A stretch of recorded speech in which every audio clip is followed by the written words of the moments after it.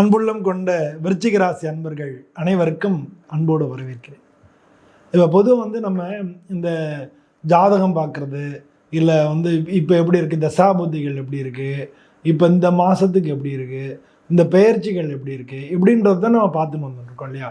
அதில் நட்சத்திர பலன்கள் எப்படி இருக்குது, ராசி பலன்கள் எப்படி இருக்குன்னு பார்க்குறோம். ஆனால் அதில் இன்னும் கொஞ்சம் டெப்த்தாக போய் ஒருத்தருடைய ஜாதகத்தில் தொழில் எப்படி இருக்கும் அப்படின்னு பார்க்குறது தான் இந்த பதிவுடைய முக்கியமான நோக்கம். அப்படி பார்க்கும்பொழுது இந்த விருச்சிக ராசி அன்பர்களுக்கு தொழில் ஸ்தானம் எப்படி இருக்குது அப்படின்னு பார்க்க போகிறோம். விருச்சிக ராசின்றது காலபுருஷத்தில் 8வது வீடாக இருக்குது. இந்த ராசிக்கு அதிபதி செவ்வாய். இந்த ராசியில் இருக்கக்கூடிய நட்சத்திரங்கள் விஷாகம், அனுஷம், கேட்டை, இது 3 இருக்குது.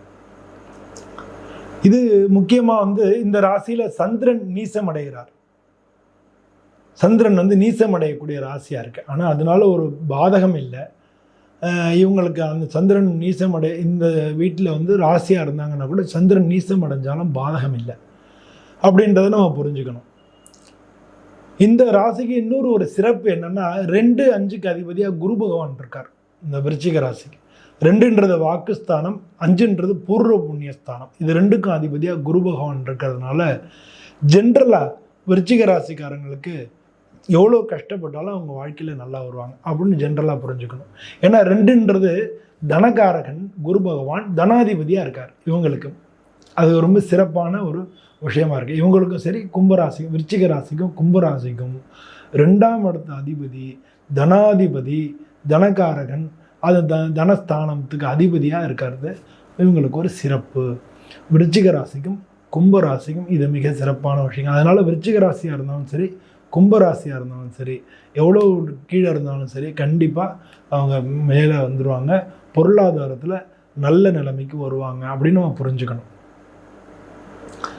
இப்போ விருச்சிக ராசிக்கு தொழில் அப்படின்னு பார்க்கும்போது இந்த 2ஆம் இடம் அதுக்கு குரு, 6ஆம் இடம் அதுக்கு செவ்வாய், அது மாதிரி 10ஆம் இடம் அதுக்கு சூரியன். இது ரொம்ப சிறப்பான ஒரு அமைப்பு. ஏன்னா இவங்களுக்கு இந்த ராசியாதிபதி, இந்த விருச்சிக ராசி விருச்சிக லக்னாதிபதி தான் செவ்வாய். இவர் தான் 6ஆம் இடத்துக்கும் அதிபதி. அதனால ஹிடன் டேலண்ட் உள்ளவங்க. இவங்களுக்கு எவ்வளோ திறமைகள் இருந்தாலும் இவங்க 2ஆம் இடம் தான் இவங்களுக்கு எடுத்த உடனே இவங்களுக்கு பலன் கிடைக்காது. இவங்களுக்கு 2ஆம் இடம் தான் எப்போவுமே முதல் இடமும். இவங்க எவ்வளோதான் ஒர்க் பண்ணாலும் அதை அங்கீகரித்தாலும் அது இன்னொருத்தருக்கு தான் அவங்க பலன் கிடைக்கும் தவிர இவங்களுக்கு கொஞ்சம் லேட்டாக தான் கிடைக்கும். எதுவுமே கொஞ்சம் ஸ்லோ அப்படின்றத புரிஞ்சுக்கணும். பொதுவாக இந்த ராசிக்காரங்க அரசாங்க உத்தியோகத்தில் இருக்கக்கூடியவங்க, இராணுவம், காவல்துறை இதில் இருக்கக்கூடியவங்களாம் விருச்சிக ராசியில் இருப்பாங்க. அரசியலில் இவங்க நல்லா ஜொலிக்க முடியும் இந்த ராசிக்காரங்க. ஏன்னா 10ஆம் இட தொழில் கர்மாதிபதி சூரியன். இவங்களுடைய ராசியாதிபதி 6ஆம் இடத்து அதிபதி செவ்வாய். இது 2மே அரசாங்கத்தை குறிக்கக்கூடியது. தளபதி அப்படின்னு சொல்லக்கூடிய செவ்வாய் தான் இவங்களுக்கு அதிபதியாக இருக்கிறதுனால இவங்களுக்கு ரொம்ப தைரியமானவங்களாகவும், அது மாதிரி காவல்துறை, இராணுவம் இதில் இருக்கக்கூடியவங்களாகவும், உயர் பொறுப்பில் இருக்கக்கூடியவங்களாகவும் இவங்க இருப்பாங்க. அதே மாதிரி இந்த ராசிக்கும் 6ஆம் இடத்துக்கும் அதிபதி செவ்வாயின்றதுனால பொதுவாக இவங்க இடம், நிலம் சம்மந்தப்பட்டது, ரியல் எஸ்டேட்டு அது சம்மந்தப்பட்டது, இல்லாட்டினா பில்டிங் கான்ட்ராக்டர்ஸ் அது சம்மந்தப்பட்டது, நிலம் வாங்கி விற்கக்கூடிய புரோக்கர்ஸ் அதெல்லாம் இருக்கிறது, உணவுத்துறை, ரெஸ்டாரண்ட்டு, அது மாதிரி ஹோட்டல் இதை மாதிரிலாம் வச்சுருக்கிறது, இல்லை அரசாங்கம் சம்மந்தப்பட்ட விஷயங்களை கான்ட்ராக்ட் எடுக்கிறது, இதெல்லாம் இவங்களுக்கான தொழிலாக இருக்கும். இதெல்லாம் இவங்களுக்கு நிச்சயமாக இந்த நான் இப்போ சொன்னக்கூடிய இந்த விதமான தொழிலுக்குள்ளே தான் இவங்க இருப்பாங்க. இவங்களுக்கு ரொம்ப ரேராக லாபாதிபதி புதனாக இருக்கிறதுனால ரொம்ப ரேராக இவங்க இந்த ராசிக்காரங்க கம்ப்யூட்டர் சம்மந்தப்பட்ட தொழிலில் இருப்பாங்க. ஒரு சில பேர் மருத்துவர்களாக இருப்பாங்க, மருத்துவர்களாக இருக்கிறதுக்கு வாய்ப்பு இருக்குது. ஒரு சில பேர் கம்ப்யூட்டர் தொழிலில் இருக்கிறவங்க ரொம்ப கஷ்டப்படுவாங்க. நல்லா வருவாங்க, நல்லா எவ்வளோ சம்பாதிச்சாலும் அவங்க கையில் தங்காது. ஏன்னா 11ஆம் இடத்துக்கு அதிபதி புதன், அவர் தான் 8ஆம் இடத்துக்கும் அதிபதி ஆகிறார். அதனால இவங்க மணி மேனேஜ்மெண்ட்டில் ரொம்ப புவராக இருப்பாங்க, எல்லாம் சம்பாதிப்பாங்க, எல்லாமே கடனில் இருக்கும். எவ்வளோ சம்பாதிச்சாலும் அவங்களுக்கு கடனும் கொஞ்சம் இருந்துக்கிட்டே இருக்கும். ஸோ இது வந்து ஒரு விருச்சிக ராசிக்கு நம்ம யோசிக்க வேண்டிய ஒரு விஷயமா இருக்குது. அது நம்ம நிறைய பேருக்கு நம்ம பார்க்குறோம் இல்லையா, அதுலேருந்து தெரியும். ஏன்னா அவங்க 2ஆம் இடத்துக்கு அதிபதி குரு பகவான், அந்த குரு தசை நடந்ததுனாலோ இல்லை வந்து உங்களுக்கு புதன் திசை அது நடந்ததுன்னா கஷ்டப்படுவாங்க. பட் ஆனால் நல்லா இருப்பாங்க. புதன் லாபாதிபதினா கூட நிறையா வேலை பார்க்குற இடத்துல ஒத்துழைப்பு கிடைக்காது, மேலதிகார பிரச்சனைகள் ஏற்படும், மாற்றங்கள் அடிக்கடி ஏற்பட்டுட்டே இருக்கும். இதெல்லாம் வந்து புதன் திசை நடந்ததுனா இருக்கும்.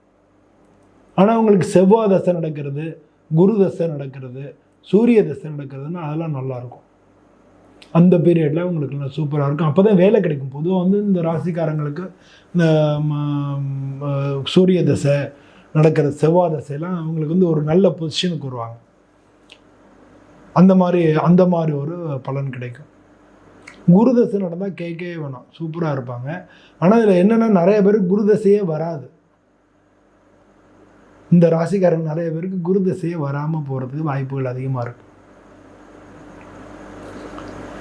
ஆனால் வந்து இது இப்போ வந்து உங்களுக்கு 2ஆம் அதிபதி அவங்களோட வந்து அதாவது குருவோடைய கேது சேர்ந்ததுன்னு வச்சுங்களேன், சூப்பராக இருக்கும். இவங்க 2 பேருமே புத்திசாலியான கிரகங்கள். அதனால் இவங்க எல்லாருக்கும் சின்ன சின்ன விஷயங்கள் செஞ்சு நிறையா சம்பாதிப்பாங்க. அந்த மாதிரி வந்து குருவோட கேது சேர்ந்ததுன்னா அவ்வளோ சூப்பராக இருக்கும். ஆனால் இவங்களுக்கு செவ்வாயோட கேது சேர்ந்துன்னு வச்சுங்களேன், அடிக்கடி மனப்பிரச்சனைகள் வரும். இவங்க வந்து அடிக்கடி வந்து மன ரீதியாக ரொம்ப பாதிக்கப்படுவாங்க. அது மட்டும் இல்லாமல் இடம் நிலம் சம்மந்தப்பட்ட விஷயங்களில் இவங்களுக்கு வந்து பாதகமாக நடக்கும். ஆனால் அதே செவ்வாய் வந்து இவங்களுக்கு இவங்க ஜாதகத்தில் மேஷத்துலேயோ விருச்சிகத்துலேயோ மகரத்துலேயோ இருந்தால் சூப்பராக இருக்கும். ஈவன் அவங்க வந்து கடகத்தில் இருந்தால் கூட சூப்பராக இருக்கும். ஏன்னா நீசம் அங்கே இருந்தால் கூட சூப்பராக இருக்கும். மற்ற இடங்கள்ல இருந்ததுன்னா செவ்வாய் வக்ரமாக இருந்து கேது சேர்ந்துருந்ததுன்னா நல்லாயிருக்கும். ஸோ இந்த மாதிரி இவங்களுடைய அந்த செவ்வாயோட கேது இருந்தால் எப்படி இருக்கும் அப்படின்னு சொல்லுவோம். அது மாதிரி சூரியனுடைய கேது சேர்ந்ததுன்னா சூப்பராக இருக்கும். ஆனால் சூரியனோட ராகு சேர்ந்து ரொம்ப கஷ்டமாக இருக்கும். அவங்க வந்து எல்லா வேலையிலும் வேலைன்னு அலையிறவங்களா இருப்பாங்க. அதாவது வேலை ஒரு வேலை இந்த வேலையை விட்டுட்டு அந்த வேலை விட்டு இந்த வேலை இப்படின்னு அலையக்கூடியவங்களா இருப்பாங்க. இல்லை வேலையை ரிசைன் பண்ணிட்டு வந்துடுவாங்க. இல்லை ஒரு சில பேர் வந்து நல்ல புத்திசாலித்தனம் இருக்கும், வேலை பார்த்துக்கிட்டே இருப்பாங்க, டக்குன்னு வேலையை விட்டுட்டு நான் வேலைக்கு இனிமேல் போக மாட்டேன்னு உட்காந்துருவாங்க இல்லையா. அந்த மாதிரியான மென்டலான பிரச்சனைகள் வந்து வரத்துக்கான வாய்ப்புகள் நிறையா இருக்குது. அவங்களுடைய சுயமரியாதையை இழக்கக்கூடிய வாய்ப்புகள் நிறையா இருக்குது. ஸோ இந்த மாதிரி இவங்களுக்கு அந்த கிரகத்தினுடைய காம்பினேஷன்ஸ் இருக்கு இல்லையா, அது வந்து பல விஷயங்களில் ஏன் ராகு கேதுவை மட்டும் நான் சொல்கிறேன் அப்படின்றத நீங்கள் புரிஞ்சுக்கணும். இப்போ ராகு கேதுன்றது இன்விசிபிள் பிளானட்டு. இப்போ மற்றதுக்கெல்லாம் நீங்கள் காரகத்துவம் வச்சு நீங்கள் பார்த்துடலாம். ஏன்னா அது இந்த வீட்டுக்கு அதிபதி அந்த வீட்டுக்கு அதிபதி அவர் கூட சேர்ந்துருக்காரு அப்படின்றத நீங்கள் பார்க்க முடியும். ஆனால் ராகு கேதுவோடு சேர்ந்ததை பற்றி ஏன் சொல்கிறேன்னா, ராகு கேதுன்றது இன்விசிபிள் பிளானட், அது பிளானட்டே கிடையாது. அப்போ அதுக்கு வீடே கிடையாது. அப்போ அது எந்த மாதிரி பலன் கொடுக்கும் அப்படின்னு நம்ம நெகட்டிவாக நினச்சிட்டு இருக்கோம். இல்லை அது பாசிட்டிவாக கொடுக்கும் அப்படிங்கிறத அந்த விஷயத்தையும் நம்ம தெரிஞ்சுக்கணும். அது எப்படி நமக்கு பாசிட்டிவாக பலன் கொடுக்கும் அப்படின்றதையும் நம்ம தெரிஞ்சுக்கணுன்றத அதையும் சேர்த்து நம்ம சொல்கிறோம். பொதுவாக அந்த விருச்சிக ராசிக்காரங்களுக்கே ஒரு குணம் உண்டு. அது என்னென்னா எதையும் வந்து மூஞ்சிக்கு நேராக சொல்லிடுவாங்க, தனக்கு பட்டதை நேரடியாக சொல்லிடுவாங்க. அந்த மாதிரி சொல்லும் பொழுது மற்றவங்கள்டேருந்து அவங்க வந்து சமயங்கள் இது பலம்தான், அதுவே பலவீனமாகவும் அமையும். அவங்களோட முக்கியமான இடத்துல போய் சொல்லக்கூடாத இடத்துல போய் சொல்லி பிரச்சனைகளை மாட்டிக்கிறதும் இவங்களுடைய வழக்கமாக இருக்கும். இவங்களுக்கு மட்டும் வந்து இந்த ராசி அதிபதி மட்டும் இல்லை, 9வது வீட்டுக்கு அதிபதி சந்திரன் கூட உங்களுக்கு கேதுவோ இல்லை செவ்வாய் கூட கேதுவோ இல்லை சனி கூட சேதுவோ இருந்ததுன்னா இவங்களுக்கு வந்து சந்நியாச யோகம், சந்நியாசி ஆகிறதுக்கான வாய்ப்புகள், அதை தேடி ஆன்மீக பயணத்தை தேடி போகிறவங்க அந்த மாதிரியெல்லாம் அவங்க ஆரம்பிச்சிருவாங்க. அதில் இவங்களுக்கு வந்து செவ்வாயோட கேது சேர்ந்துருதுன்னா இவங்க வந்து இப்போ நிறையா பேர் வந்து அந்த யோகா பண்ணுறது, இந்த மூலாதாரம், சுவாதிஷ்டானம், மணிபூரகம், அநாகதம், சுக்தி, ஆக்ஞை இதை பற்றி பேசக்கூடியவங்க, நான் வந்து எனக்கு அப்படி தோணுச்சு இப்படி தோணுச்சு என்கிட்ட அம்பாள் பேசுகிறான்னு சொல்கிறவங்க, இந்த மாதிரியாக இருக்கக்கூடியவங்க எல்லாமே வந்து அதில் அடங்குவாங்க. சமயங்களில் ஒரு சில பேர் இந்த ராசியை சேர்ந்தவங்க அந்த செவ்வாய் கைது வச்சுருந்தா அர்ச்சகர்கள், மடாதிபதிகள் அந்த மாதிரியாகவும் இருக்கிறதுக்கான வாய்ப்புகள் நிறையா இருக்குது.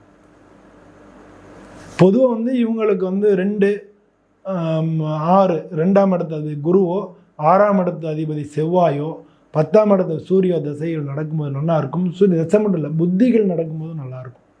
என்ன தசை நடந்தாலும் இந்த புத்தி வந்ததுன்னா தொழிலையும் மாற்றங்களையும் இவங்க விரும்பக்கூடிய விஷயங்களையும் கொண்டு வந்து கொடுக்கக்கூடியதாக இருக்கும். அதே மாதிரி பேசிக்கலாக 1, 5, 9க்கு ஒரு லிங்க் இருக்கணும். இவங்களுக்கு 1ஆம் இடம் வந்து விருச்சிக ராசி, 5ஆம் இடம் வந்து மீன ராசி, 9ஆம் இடம்ன்றது கடகராசி. ஸோ இது 3க்கும் ஏதாச்சும் ஒரு லிங்க் இருக்கணும். இந்த லிங்க் இருந்ததுன்னா நிச்சயமாக வாழ்க்கையில் இவங்க பெரிய இடத்துக்கு வருவாங்கன்றது உறுதி. எல்லோருக்கும் நன்றி, வணக்கம்.